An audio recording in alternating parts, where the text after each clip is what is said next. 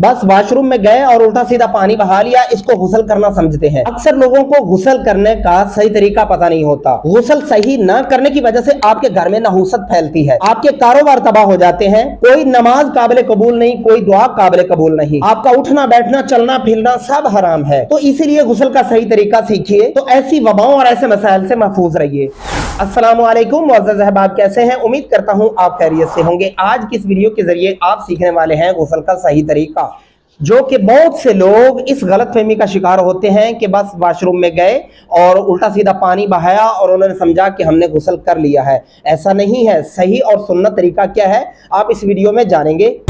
देखें, सबसे पहले तो आपने क्या करना है कि जब आपके ऊपर गुस्ल फर्ज हो चुका है, किसी भी वजह से हो चुका है, तो आपको क्या करना होगा। सबसे पहले जिस जगह पे गिलाजत लगी हुई है आप इस्तंजा करें। इस्तंजे के जरिए उस नजासत को दूर करें, चाहे हाथों पे लगी हुई है या किसी भी मकाम के ऊपर लगी हुई है। वो नजासत दूर करने के बाद आपको ये हाथ तसल्ली से धोने होंगे। उसके बाद आप सही तरीके से वजू कर लें, जिस तरह एक प्रॉपर वजू किया जाता है।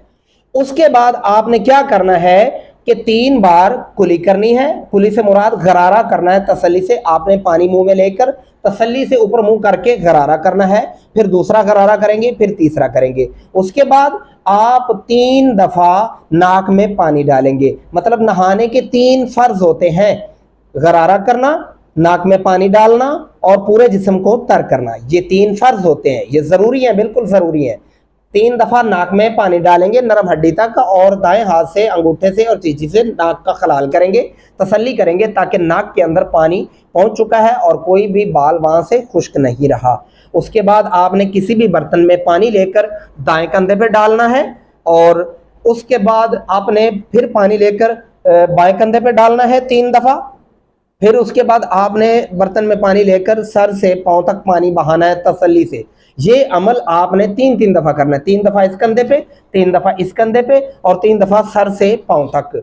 ये सही और दुरुस्त तरीका है गुस्ल करने का। अगर आप इस तरह गुस्ल करेंगे तो आप पाक हो जाएंगे। उसके बाद आपकी नमाज दुआएं इंशाल्लाह वो सही पढ़ी जाएंगी और काबिल कबूल होंगी। नापाकी की हालत में इंसान मस्जिद में भी नहीं जा सकता, कोई जिक्र अज़कार भी नहीं कर सकता। बहुत सी मेरी माएँ बहनें ऐसी हैं कि उनको पता नहीं होता इन चीज़ों का, वो भी इस चीज़ का ख्याल करें और गुस्ल करने का सही तरीका समझें।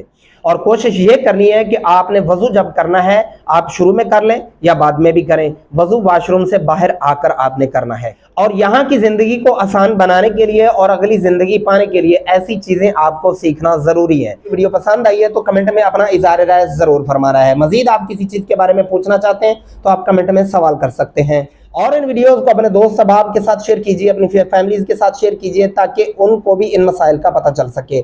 मिलते हैं अगली नेक्स्ट वीडियो के अंदर, तब तक दुआ में याद रखिएगा। अल्लाह हाफिज़, फी अमानिल्लाह।